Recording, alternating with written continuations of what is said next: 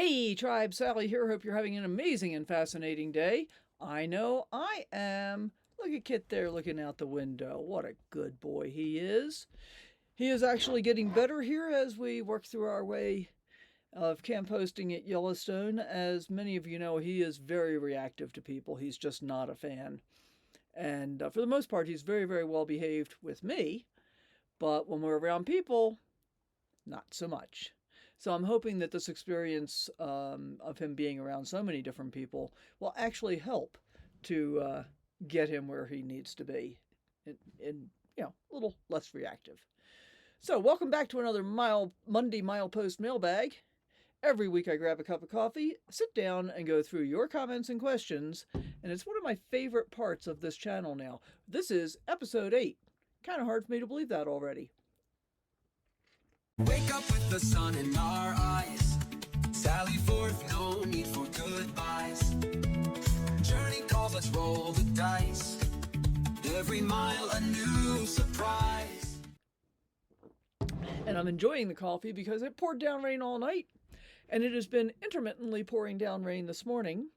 Today is Monday, September 22nd. I am at Yellowstone National Park.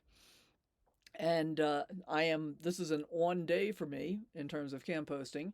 I've worked Saturday, Sunday. Today is Monday. I work Tuesday, and then I'm off for 4 more days. So we'll see what I can get into on my off time this week. But it poured down rain last night. We've had intermittent, heavy showers this morning. And so I've been out twice already in between showers in the hopes of being able to get my initial camp host, duties, which include changing out tags on posts, because then I have to take those to the ranger station for the rangers to be able to go to rec.gov and then fill in who's going to be coming in for the next day. And it takes them a while to do that. So I try and get them down there as early as I can. But without further ado, let's get into the mailbag. So we're going to talk through some comments this morning. And we're going to start with the mailbag episode 7, which was titled Camp Hosting Tiny Houses and Your Questions. At Susudo, something like that. Sorry if I'm messing it up. She said a 1-month gig sounded great, but an entire season would be too much. I agree. A shorter stint is a great way to be able to test the waters. Some folks love a whole season, but I like having the flexibility, and for me, this was a great way to be able to find out whether or not this was something that I actually wanted to do in the future. Now, I'm only 6.5 work days in, so I'm still not sure if this is something I want to do in the future, but so far so good. Crafty Traveler 9238 thanked me for the shout out and sent a text, which I responded to later, and said, in response to the comment, I got the text. Thanks for staying in touch and stay crafty. Angela Ann, that's Angela and Angel, shared a heartfelt story about her late husband and how she leans on this channel for positivity. Angela, thank you for opening up and sharing your story with us. I'm touched and honored that these videos can brighten your day. So, sending hugs from both me and Kit. He's back there. He's not looking out the window at the moment. From the video Camp Host Day 6 plus a lake walk with Kit, Elizabeth X3E8C asked if camp hosts get paid or if they just get a site. And it's a really great question. And the truth is that it really varies. So some positions include just the site, which is what this one is. Some have a small stipend, and some pay a modest wage.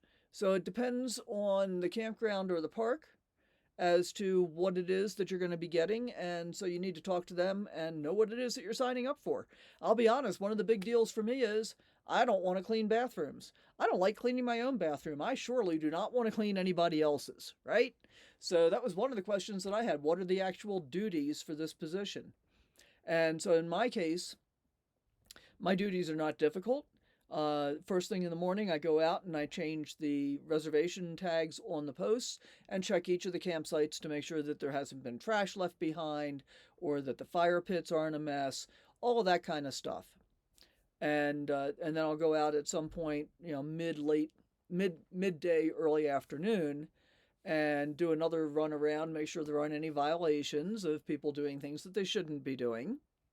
Which is not, by the way, guys, and I didn't really understand this as clearly as I do now. I mean, I did intuitively, but now I really do.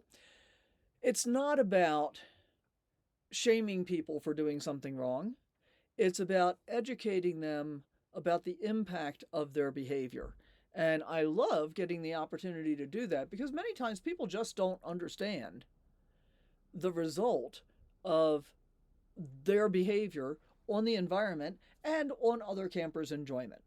So, and that's things like, if you leave micro trash behind, a couple of things around that occur to me. One is, if it's got any kind of scent on it, it's going to be something that's going to attract animals to that scent. And that's not necessarily good because, I mean, honestly, we don't really want a lot of the wild animals in the campground directly, right? That's not going to be totally pleasant for you guys as campers. Kit, don't do it. Don't do it. That's our neighbor. They're getting ready. Nope. That's our neighbor. They're getting ready to leave. They're just getting water. You get down here. Come over here and look at the people. Okay? Let's look at the people with your wet paws. So that's one aspect of it. And leaving micro trash laying around also subconsciously encourages other campers to think that that's an okay behavior. And if that keeps happening, and when it's difficult to find camp hosts as it was here, that stuff accumulates, and then you're in a trash heap. Do you really want to be camping in a trash heap? Didn't think so. So it's really about education, not trying to tell somebody, oh, you shouldn't be doing that. Well, yes, you shouldn't be doing that, but here's why. So hope that helps. And just in case you don't know, there are lots of volunteer opportunities and lots of paid positions within the national parks, some for concessionaires and some for the Park Service itself. So, for example, I was up at Fishing Bridge when I was gone for a couple of days on my last round of days off, and I was talking to the folks up there. They actually have to pay for their campsite, but they get paid, and they said they get paid well, to work, for example, in the convenience store. So, there are lots of different ways to do this. So, check with the park, figure out what it is that you're signing up for, and go from there. Good coffee. This, by the way, this is my first ever Yeti cup. And I bought this at Jackson Hole in one of the outfitter shops there before I came up here to Camp Host. Part of what I love about it is the little ridge around the top, which means two things. First of all, one thing is it's a place for me to put my fingers to hold on to it, which is actually easier to hold on to than a cup handle. I've got pretty arthritic hands now. And of course, that also means that it fits into cup holders easily. So I like that aspect of it. And it works. And I didn't think it was outrageously expensive. It was $25, which, for a Yeti, not terrible. All right. Moving on with your comments. We're still on Camp Host Day 6 plus Lake Walk with Kit, by the way.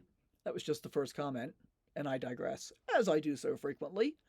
Brenda Vork 1678 said that she could almost smell the pine. Yep, that pine scent is really one of my favorite parts of walking around here. At KDan9405 introduced himself as Dan from Kentucky after we met in camp here at Lewis Lake. Dan, it was really great meeting you, and thanks for saying hi. Hope to see you down the road. Crafty Traveler 9238 asked about bears and bear spray, and I haven't seen any yet, although there have been sightings nearby, and I have now started carrying bear spray all the time, just in case, because it would be silly not to, right? Texas Lady 7630 loved the clear reflections, but said not today without bear spray. Exactly, I say. That lake was too pretty to miss, but safety first. Angela Ann checked in again, this time about doctors, pain in her wrist, and even joked about needing a bear box to carry her away. Angela, I'm sorry your wrist is giving you such trouble. You made me laugh with that bear box line. I'm sending you hugs and healing thoughts. Lisa Ross 7526 said it was so beautiful. Thanks, Lisa. It really was one of those picture-perfect days. Susu Udio. Is that right? Let me know if I got that right. Notice Kit's green sweater with the gingerbread man on it. Yeah, he struts like he's out on a fashion runway when he wears that one, for sure. From the video, first official day as a camp host. At Jeanette Elizabeth LLC said, life is an adventure and she's watching to learn in case she ever hosts. That's a great outlook. It really has been an adventure, and I hope you get the chance too. And, I mean, truly, if you get the opportunity for a short gig like I have here, I would say grab it because it'll give you an idea of whether or not it's something you want to do longer term. And from this experience so far, I would say I'm probably not quite ready yet to spend a whole season sitting still, but in a year or two I might be. And I would definitely consider doing it again.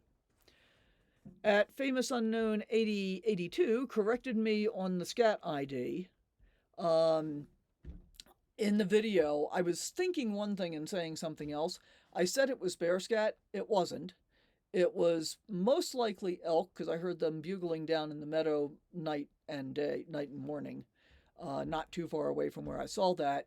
Could have been moose, and I checked with the ranger, and it could have been either moose or elk. But either way, now the bear spray stays handy all the time. So thanks for pointing that out. Judy Connolly 6919 said it was a beautiful lake and a great place to work. And I say, exactly. It's not a bad backyard for a job. Camp Host Day 5 plus Hidden Trail to Lewis Lake. Mary Spencer asked if I recommend the Phoenix Cruiser. And yeah, I've been really happy with mine. It fits well in the places that I like to camp. But as always, the best rig depends on how you'll use it. So ideally, test before you invest, if you can. At least test a similar floor plan and layout and size to what you're contemplating buying. And this is my second full-time rig. My first was the Coachman Prism, which turned out to be a horrible mistake. It would have been great if all I was doing was still going on trips and not living in it full-time. But the layout for full-time in that one was just awful for me. In order to be able to use the Murphy bed, the slide had to be deployed. And you couldn't, with the slide in, there was barely enough room to sit right in the seat, right in front of the big doorway, with my feet hanging into the stairwell. There was just not much space there. And so with this one of the things that I had the salesperson do before I ever saw it in person, I had her get out a tape measure and measure the floor distance with the slide in from the kitchen cabinets to the sofa, and then with the slide out. And one of the things I discovered right away is that even with the slide in, this rig has more floor space than the other one did with the slide out. Moreover, one of the things that was really important to me was, even if I was going to have a rig with a slide, I wanted to make sure that everything was usable, even with the slide in. And it certainly is in this RV. And in fact, as a result, especially this summer, my travel style has kind of changed. With the other one, I knew I had to put the slide out every single time I was going to stop for the night. With this one, if I'm stopping for a night, or even if I'm going to be there longer and I know it's going to pour down rain, I'll just leave the slide in. And sometimes if it's really, really hot, I'll leave the slide in then too, because that way the only part of the refrigerator that's not exposed, but that's getting full heat is what's on the side of the RV. Whereas in my rig, if the slide is out, then the side of the slide is also adjacent to the refrigerator and transmitting more heat, potentially that way. Hope all that makes sense. The short version of this, Mary, is think really carefully about what it is that you want. And a lot of people will say, and I have to agree, the first rig you buy is often not the last rig you buy. And in fact, I've had everything from a tent trailer, a pop-up trailer, to a toy hauler, to several different bumper pull trailers, to 3 different Class C RVs now. And in fact, if I knew then what I know now, the very first Class C RV I bought, I might be living in right now. That was a Lazy Days 23.5 twin king. It had 2 twin-size beds in the back of the rig. It had a nice long dining table back there, so you could convert it to a king-size bed. You could have 2 twin beds. You could have a sofa and a bed. Lots of different ways to configure it. And then the kitchen was midway on the driver's side. And the bathroom was a little bit small, but it would have been doable, directly behind the driver's seat. That was a great rig. And yeah, if I knew then what I know now, I'd probably be living in that rig. But the Phoenix Cruiser is also a great rig, and they're still in business, so that's a benefit because Lazy Days didn't quite make it through COVID, unfortunately. All right, that was a really long answer. Camp Post Day 5 plus Hidden Trail to Lake Lewis. Laura Lynn 1056 said she's learned so much, and that really makes me happy. Thanks for letting me know. Crafty Traveler 9238 asked if someone with a built-out cargo van can get a tent site if they pitch a small pup tent. And my answer is it really depends on the campground. Most, I think, actually allow it, but some may not. So always check the rules or give them a quick call first. In reality, if what you have is a cargo van, that's a vehicle. It's like driving a car or a pickup truck. And you're certainly allowed to use those at tent sites. Now, in this campground, for example, the designated tent sites are called walk-in sites because none of them are right by the road. You have to walk in from the parking area to the tent area. And we certainly allow, cargo vans, even some truck campers have been back here. And occasionally people have made mistakes when they're booking their reservation and not realize that these were tent sites. Somebody came in with a teardrop last week and, the campground's full. I'm not going to send them away when they can find a place to park in that loop that isn't going to be impinging on other people's ability to move around. So, kind of a long answer, but hope that helps. Angela Ann asked about the hype on YouTube. Yeah, that's one of those YouTube mysteries. Whatever the hype is, I'm grateful you're a part of it, Angela. I know it's a new feature. I don't understand it. I have tried to figure out how that works. So if any of you actually understand how hype, Hype, works, because apparently you can give me hype points and it boosts my video in Google's eyes so that they'll show it to more people. But I don't know where you find it. I don't know how you do it. Let me know if you figure it out. Julie Hoot 3916 said that she's enjoying the videos. Thank you so much, Julie. I'm really glad that you're along for the ride. Elizabeth X3E8C commented how beautiful it was. Yeah, it really is pretty stunning here. DEZY1 thanked me for bringing them along. You are so welcome. Thanks for joining in. Susan B8354 found the camping rules interesting and the lake beautiful. There are definitely a lot of rules to learn, but the beauty makes it worth it, for sure. TDR9204 noted that lots of tent campers in the North Woods in their area. And I've noticed the same here. It's really nice to see tent camping still going strong. But interestingly, there are also a lot of rental vans and RVs here. So a lot of people are doing rentals. So that's interesting too. Lisa Ross 7326 said she can't get over the beauty and noted that my electric has done well despite the weather. Yeah, thanks, Lisa. It is a bit of a juggling act, but so far so good. I am not living my electric life in the way that I typically do. So normally for me, I live just as if I lived in a house.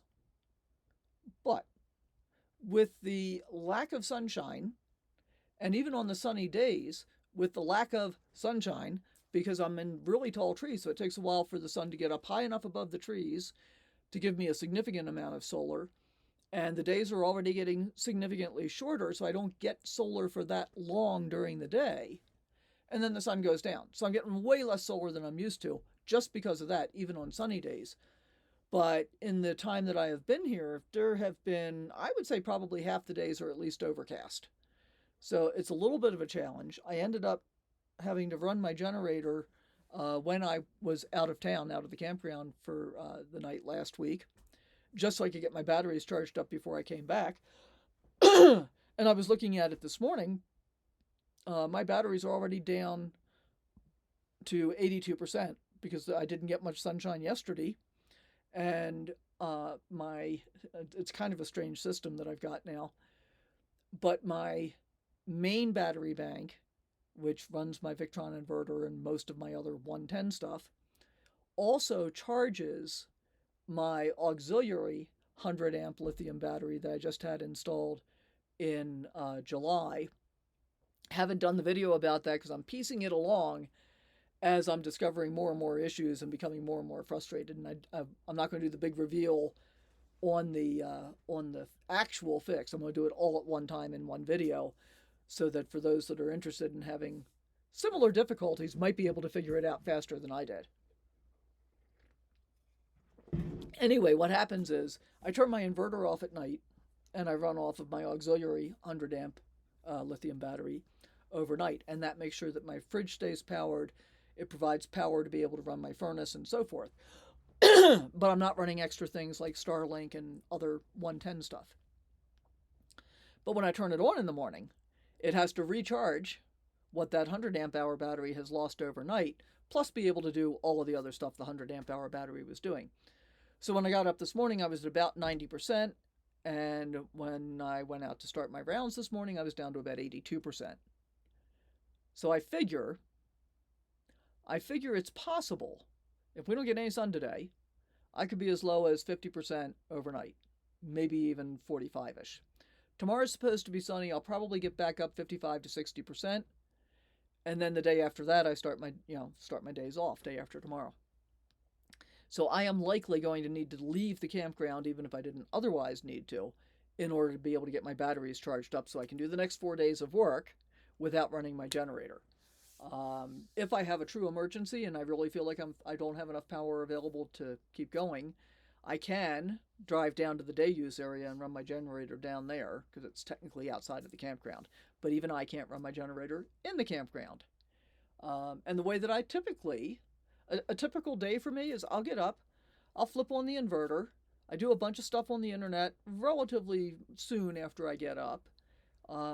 In the Camp Post guys, then I go out, I do my first set of rounds, I come back, I make breakfast, I turn on my big television and sound system and watch TV while I'm eating breakfast. I'm charging my laptop, I'm doing all kinds of things all day long, and typically I can run my Instant Pot and my air fryer. Well, all of those things, running the television, running my Instant Pot, running my air fryer, I haven't been able to do any of those things since I got here.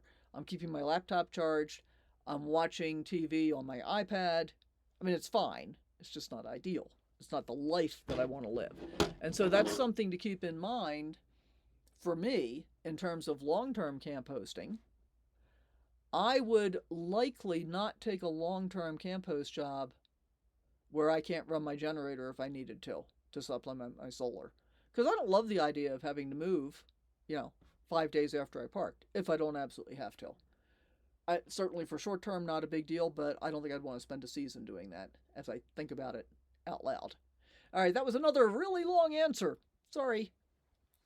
Exploring the Mammoth Site.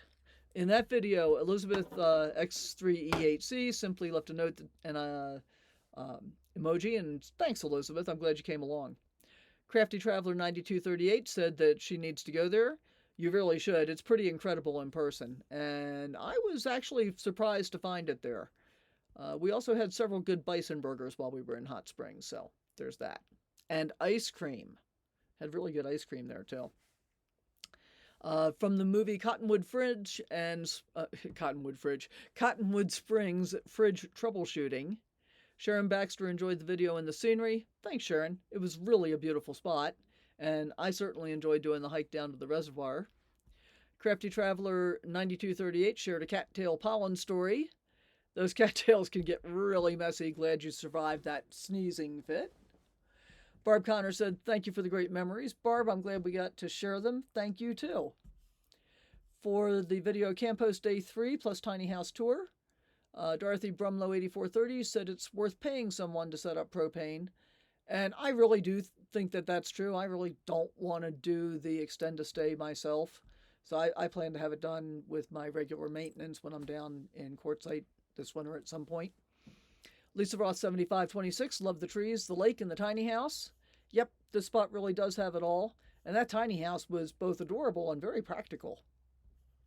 From the movie, well, it is a movie, Exploring Jewel Cave, the 1881 Museum, and Crazy Horse.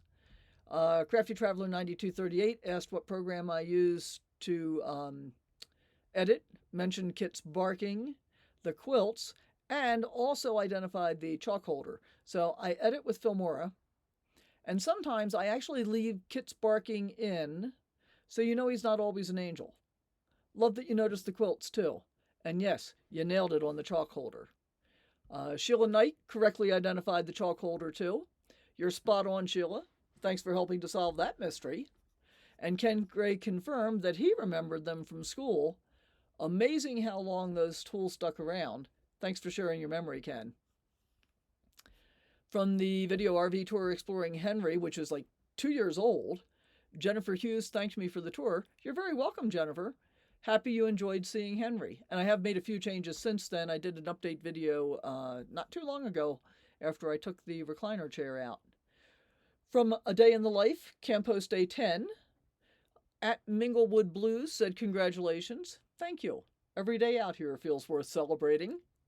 Barb Connor noted the beautiful weather. Yep, and we're layering up to stay warm. And Texas Lady 7630 shared memories of the Yellowstone Cody Drive and remembering the steep drop-offs. I didn't show you all of that. I showed you some of it. But it was so steep I couldn't look over the edge in a lot of places. So a lot of times I don't really get to see the views until I go back to edit the video, and then I can see what it was that I wasn't looking at while I was trying not to drive off the edge of the road. That road really is unforgettable. I'm glad you got to experience it. All right, so we got a special reveal and a giveaway. Remember that mystery tool that we spotted at the 1881 museum? Several of you guessed correctly that it is a chalk holder that teachers use to draw parallel lines on the board. I love that so many of you knew it. As a little thank you, kind of an Easter egg actually, I'd like to send a Sally Forth logo sticker to anyone who guessed it right. Just send me an email at viewer@sallyforth.us with your mailing address, and I'll pop one in the mail for you. Consider it a little bonus thank you for playing along.